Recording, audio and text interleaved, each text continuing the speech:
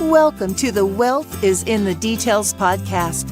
In this podcast, financial planner Peter Raskin helps families and business owners understand and prepare for their wealth journey. Along the way, thoughtful and detailed planning can provide clarity and confidence as clients confront a multitude of financial decisions. Listen in as Peter shares stories and insight into people's wealth journeys. Now, let's get into today's podcast. Hello and welcome to Wealth is in the Details with Peter Raskin from Raskin Planning Group. Today we're going to be talking about health savings accounts. And I love the notation that Peter gave me. It says it's the best thing since sliced bread. Good morning, Peter. How are you? I'm great. How are you, Eric? I'm doing well. So Good. Sliced bread is great, but you and I were talking earlier, and I know that you and your wife went on a wonderful vacation recently and got to taste some cuisine of Mexico and did some cooking and things. So let me ask you this. Is an HSA, a health savings account, is it as good as a homemade fresh tortilla? It's awfully close. It's awfully close. It's awfully close. But I think the HSA has more long-term effects. The long-term benefits compared to a tortilla. Long-term benefits, yes. Yeah, a tortilla is pretty much enjoy it in the moment and do a little bit of working out if you have too many of them. So yeah, no, that's okay. I'm excited to get into this topic. Health savings accounts are not everybody's favorite subject, and it's not necessarily my favorite subject, but I think this is really interesting. A lot of the notes that you've given me and a lot of the things that we've talked about in the past, like in previous podcasts, you've talked about tax planning, and you've mentioned that the HSA or a health savings account are fantastic vehicles. And I know that today's podcast, you're going to do a deep dive into that. So where do we really start for that? Yeah, I think the best thing to do is just really describe how HSAs or health savings accounts work. Mm-hmm. But just right now, they're becoming more and more popular. More and more companies are rolling them out, and I'm finding that many more of our clients have them available to them. And we just strongly recommend that people consider taking advantage of it. It's basically a personal savings or investment account that's tax advantaged, mm-hmm. especially if it's used for qualified medical expenses. So there are lots of advantages. There are some disadvantages that people need to understand and see how that applies to them. And in this podcast, we'll give you background and some planning strategies. Okay, so in my wife's profession, at her job, she has something called a flex account. Is that kind of the same thing? Have you heard that terminology before? Yeah, sure. A flexible spending account is, I would say, not quite as flexible and as beneficial as an HSA. Okay. But if the HSA is not available, then the flexible spending account should be part of your overall healthcare budgeting. Got it. Okay, so maybe we can touch on flex savings or flex accounts later. Let's really drill in on a health savings account, which sounds a bit different. Yeah, it is different, and I'll compare the two along the way. Okay. So you can contribute to an HSA only if you're enrolled in a high deductible health plan. So if your health plan has a deductible of at least $1,350 for an individual and $2,700 for a family, your plan might be deemed to be a high deductible health plan. You'd really have to check with your insurance company to make mm-hmm. sure it's HSA eligible. But if you've got this kind of plan, you can make contributions to it, to the HSA. Got it. Okay. Okay, so the maximum contribution to an HSA in 2019 for an individual is $3,500 per year. Mm-hmm. And for a family, the maximum contribution is $7,000 per year. And if anyone's over age 55 or 55 or older, during the calendar year, you can contribute an additional $1,000 to the HSA. So is this something that's offered through your work? Or is it something that you buy separate and you just have to qualify based on your health plan? Well, it could be either. Okay. If you are eligible, if you are participating in a high deductible health plan, your employer likely offers an HSA. Got it. But if they don't, you can always open an HSA at a financial institution that offers them. All right. Make contributions. And I assume you offer it. We offer it, but I would say most of our clients are taking advantage of their employer's HSA. Got it. Okay? So any eligible individual can contribute to an HSA. So if your employer offers one, both you and your employer can make contributions. And I often see that is that an employer would, as part of their overall benefit planning, make additional contributions to the HSA on behalf of employees. Family members can also make contributions on behalf of other family members, That's as nice. long as that other family member is eligible for the HSA. Yeah, that's a nice feature. Contributions made to the HSA are not taxable. And similar to deductible IRAs or 401k contributions, it's basically tax-free going in. And that's a significant advantage. So if you're making contributions to the HSA, you're reducing your taxable income. And that's great. So that's a primary advantage of the HSA. Yeah. It's similar to the flexible spending account. If you're making contributions to a flexible spending account through your employer, then those contributions are not taxed. Another advantage of the HSA is the earnings grow tax deferred. So the HSA funds can be invested in interest-bearing savings accounts or mutual funds, stocks and bonds. Okay. And the earnings on these accounts are not taxed by the IRS. However, some states like New Jersey do tax the earnings. So it is somewhat tax specific, state specific, but most states do not tax those earnings. Got it. Okay. You can withdraw funds from the HSA tax-free in order to pay for what we call IRS qualified medical expenses, which are basically deductibles, co-insurance, prescriptions, vision, dental care, anything that the IRS deems to be a qualified medical expense. And you can even use your HSA funds to pay Medicare premiums as well as long-term care premiums. Okay. So that's as we think about future planning strategies, keep in mind that it can be used for Medicare premiums and long-term care. So it's tax-free going in, it's tax deferred while you're accumulating, and it's tax-free coming out. That sounds pretty good. Yeah, it really is. So think of that as a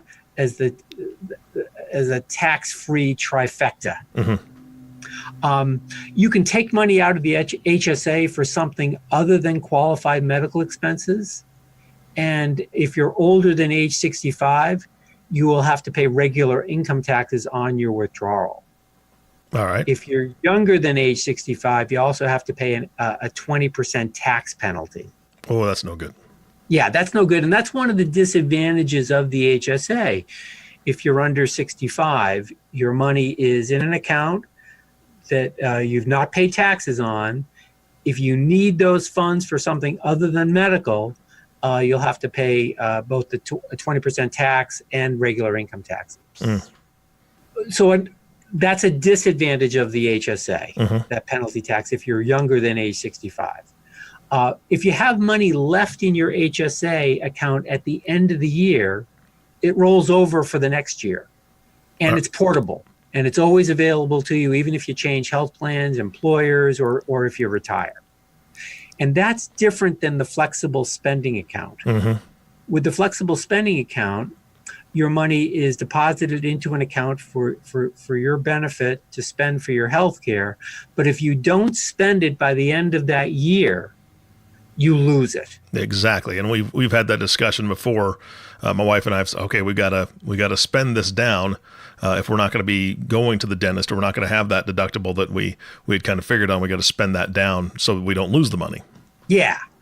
So that's the disadvantage of the FSA, the flexible spending account. And that is one reason why the HSA has become so popular, because you can contribute the same amount to the HSA, but you're not going to lose it if you don't spend it. That is definitely a huge advantage, Peter. It really is. Another interesting strategy that you can utilize with an HSA. You don't need to take a distribution from the HSA in the year you've incurred the medical expense. Mm-hmm. You can save your past medical expense receipts and take a tax-free withdrawal in the future from your HSA. So if you have a $1,000 expense in 2019, you could actually pay for that expense out of pocket, but save that receipt. And in 2020, in 2025, in 20 years from now, you can then take the $1,000 out tax-free because that's an expense you incurred while you were a participant in the HSA. Gotcha. So as a scenario, as an example, let's say you deplete your HSA. You had a lot of medical things happen and you've depleted it and you have one more large expense, that $1,000 receipt, like you said, you pay for it out of pocket, but then you can kind of get that reimbursed in that next year or the following year or in a future year. Exactly. Yep. Got it. Well, that's great. Yeah. So it really is. It gives you a lot of flexibility. Yeah. So it's tax-free going in. It's tax deferred, like you said, while it's accumulating, and it's tax-free coming out. And we know that sounds awesome. anything we can do to be tax-free is great. Are there other kinds of savings account that offer similar benefits? Or could you give us some examples of how a client might use the HSA in their overall planning? Yeah, as far as other tax-advantaged accounts, there really aren't any others that provide this trifecta, this triple tax-free advantage. IRAs and 401k plans can offer 2 tax advantages, but no other accounts offer all 3. Mm-hmm. So that's why financial planners really like this HSA account. Over time, it can all those earnings that can accumulate over a long period of time can really can come out tax-free, and that's stupendous. Yeah, and like you said, comparing it to an FSA, it's much more flexible, and you don't have that fear of losing the money at the end of the year. It rolls to the next, and there's a lot of advantages, it seems. Yeah, exactly. All right. So let me give you a couple of examples, and you can see how the HSA could be used. So first example, Jill and Harry, they're both in their mid-30s. They've got 2 kids. They're doing well financially. They're saving for a retirement. They're contributing to 529 plans for their kids' education needs. They own a home with a moderate mortgage, and they pay off all their credit cards each month. They're also eligible to make HSA contributions through Jill's employer, but they just haven't yet. They didn't really understand how it could benefit them. Mm-hmm. When they think about their annual out-of-pocket medical expenses, there's usually between $500 and $2,000. So, they're a healthy family, but stuff comes up, whether it be new eyeglasses or a medical test here and there. They do have annual expenses. Mm-hmm. So right now, they pay for their qualified medical expenses, co-pays, deductibles, dental, vision, with after-tax dollars. Mm-hmm. So just to give you an example, if they have $750 of medical expenses and they're in a 25% marginal tax bracket, they actually have to earn $1,000 of income to pay for the $750. Mm-hmm. So that $1,000 of gross income is taxed at 25%, and their net after-tax income is $750. Yep. So if Jill and Harry contribute $750 to the HSA, it's a tax-free contribution. Mm-hmm. And if they use the HSA to pay for these unreimbursed qualified medical expenses, the $750 is withdrawn from the HSA tax-free. Yep. So in a sense, this has saved them $250 in taxes. Yeah. And if they don't spend all of their $750 in that year, it can stay in the HSA and be used in future years. Yeah, no, that's fantastic. I mean, like you said in your example, they've got a couple of kids and just a couple cavities will hit that pocketbook a little bit with the kids. I mean, I know that normally the dental visits, the cleanings and things, that's all included, but once they start getting a couple cavities, then you're looking at hitting your wallet. So that's a fantastic savings. Oh, absolutely. And even worse than cavities are braces. Oh boy. So if you think about if there's a need for braces in the future, braces can around here, easily $4,000, $5,000, $6,000. Oh yeah. Yeah, that'll hit you. Definitely. Yeah. If they think ahead about what those expenses might look like, they can save again pre-tax, which is pretty significant. All right. How about another example? You got another one for us? Yeah. Yeah, this is a different approach, and it's a different kind of client. This is Sally and Tom. They're in their mid-40s. They're in a fairly high marginal tax bracket. They're making maximum contributions to their retirement accounts. They're really good savers. They've got excess cash flow, meaning their income is greater than expenses, and they're looking to reduce taxes. They want to save more for retirement. Mm-hmm. So we had conversations about what they could do, and we talked about the HSA as an option. So they'd like to reduce their taxes and save more for retirement, and if that's the case, again, that HSA looks perfect. Their employer offers one and actually makes a contribution of $2,000 per year to their HSA. Mm. Sally and Tom haven't been saving any additional funds into the HSA. Since it's a high deductible plan, they have been using it to get reimbursed from the HSA, kind of like the first example. Mm-hmm. They don't have a lot of claims, but on average, it's been about $500 to $1,000 a year. So right now, their HSA account is valued at $6,000.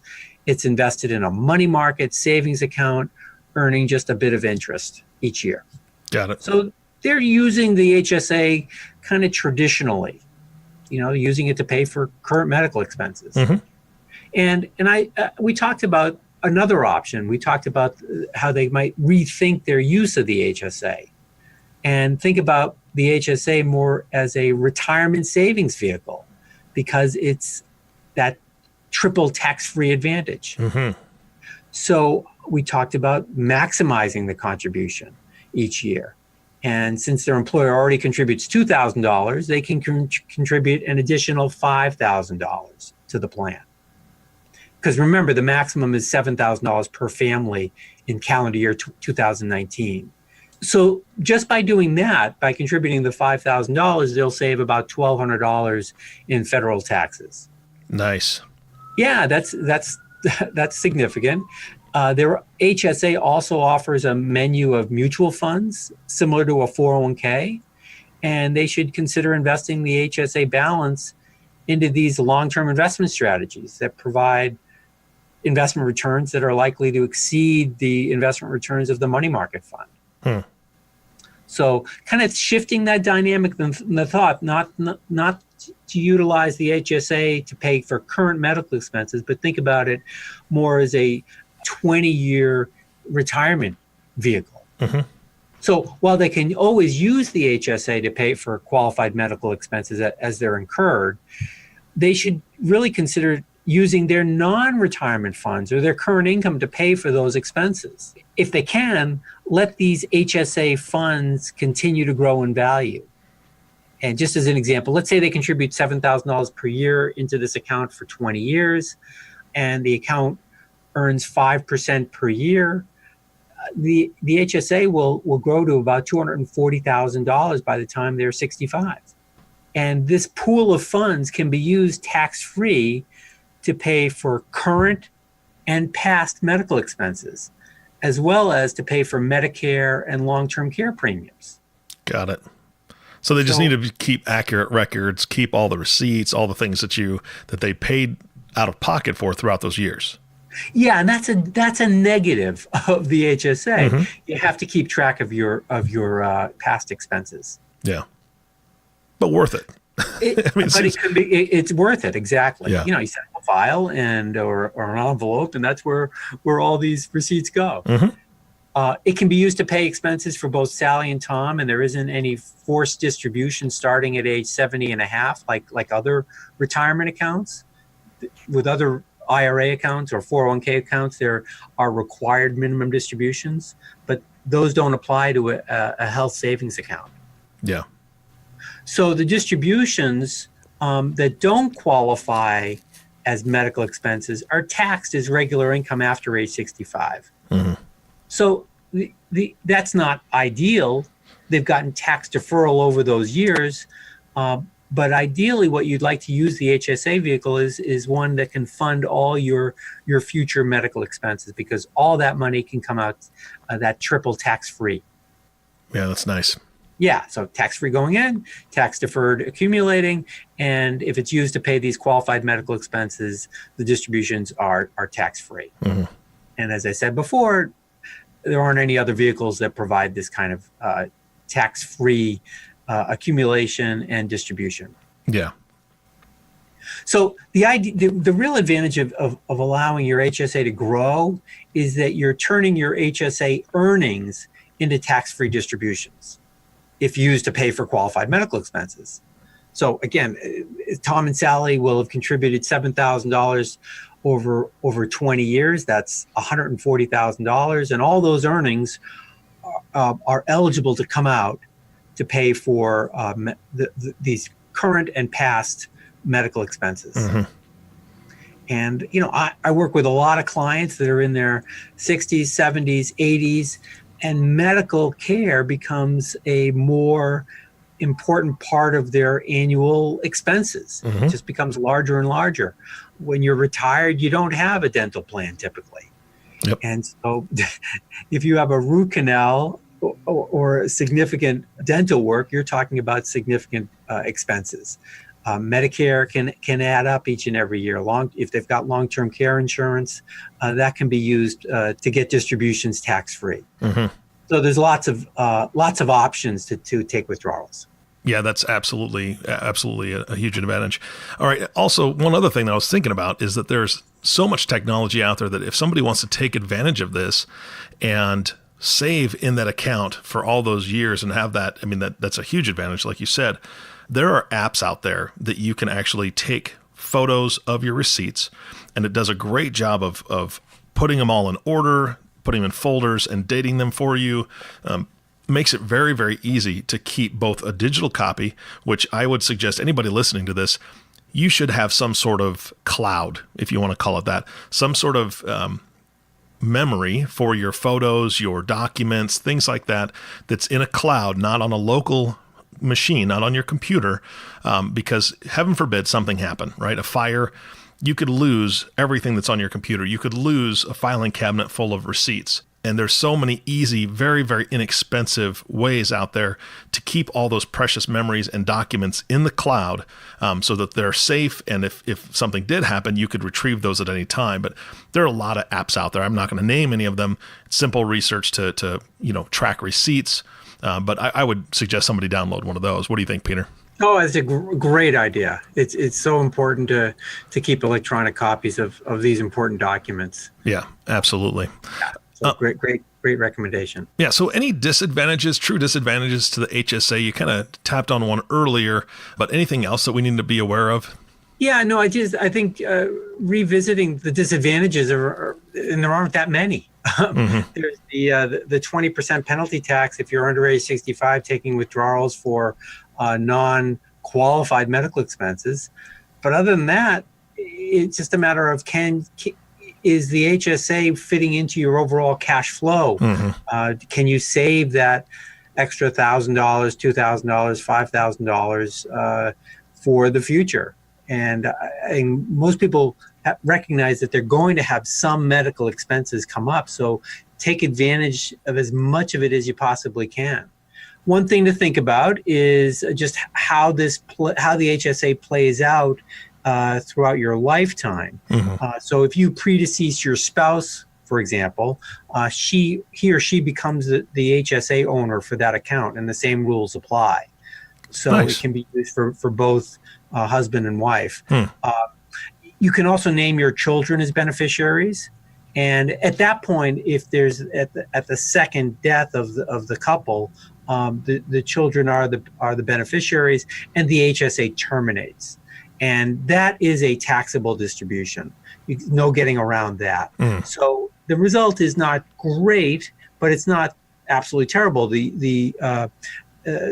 everyone's gotten tax deferral over those many, many years. And at some point they do have to pay taxes. And hopefully, post-retirement in your 60s and 70s, you're aggressively utilizing the HSA and spending it down. Well, 2 points real quick. One quick question. Is there a time frame if you were to pass and the HSA terminates and it's your children are the beneficiary, is there a time frame where they have to take that out, or can they leave it and let it continue to grow even though they'll have to take out taxes or take distributions eventually? Is there a time frame when they have to start that, or what's that look like? Yeah, they have to, basically the HSA terminates and they have to take their distribution probably within that year. Oh, so it has to happen right away. Okay, so when you say distribution, are you talking about the entire amount? Yes. Oh, okay. Yeah. Is it possible to roll an HSA, or when an HSA term is it possible to roll it into something else? Not if the beneficiary is someone other than your spouse. Got it. So if it's your children, they'd have to take it and they can't roll it into something else. Correct. It's basically taxable income at that point. Got it. Yeah, no, and I mean, I still think this is a incredibly valuable thing. And this really isn't necessarily something that you're planning as part of an inheritance, part of something that you're passing down to the next generation. This truly should be used, like you said, for those medical expenses that are coming up. I know my father's 80 years old. God bless him. And I hope he lives another 10, 20, 30 years. But dental is not covered in his insurance situation. He retired from the military and they take care of a lot of things, but dental's not one of them. And so he, on a fixed income, he actually goes to a local school, Creighton School of Dentistry. And so deeply discounted prices, but he also has to spend 3 or 4 hours in a chair compared to maybe an hour because it's a student going through it with their instructor. And it's always good quality work, but again, if you have the option not to do that, maybe save yourself some time or go to somebody who's not a student, I think that'd be a pretty good option. Yeah, basically you're saving for your future medical expenses pre-tax. Yeah. And that is a discount of anywhere from 15 to 40%, depending upon your tax bracket. So all right, it's pretty significant. I know we're low on time. Anything in closing today about HSAs? No, it's just consider using them if they're available to you. It's a great tax advantaged way to pay for medical expenses, and if you can afford it, contribute more and use it as a future retirement saving strategy.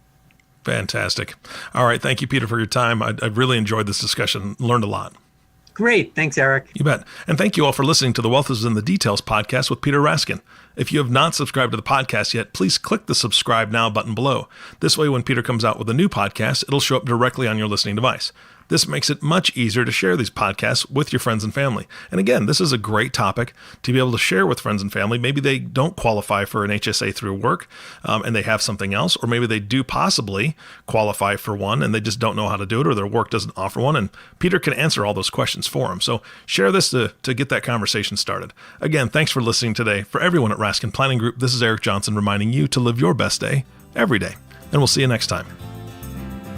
Thank you for listening to the Wealth is in the Details podcast. Click the subscribe button below to be notified when new episodes become available. The information covered and posted represents the views and opinions of the guest and does not necessarily represent the views or opinions of Lincoln Financial Advisors Corporation. The content has been made available for informational and educational purposes only. The content is not intended to be a substitute for professional investing advice. Always seek the advice of your financial advisor or other qualified financial service provider with any questions you may have regarding your investment planning. Peter Raskin is a registered representative of Lincoln Financial Advisors. Securities offered through Lincoln Financial Advisors Corporation, a broker, dealer, member SIPC. Investment advisory services offered through SageMark Consulting, a division of Lincoln Financial Advisors, a registered investment advisor. Insurance offered through Lincoln affiliates and other fine companies. Raskin Planning Group is not an affiliate of Lincoln Financial Advisors.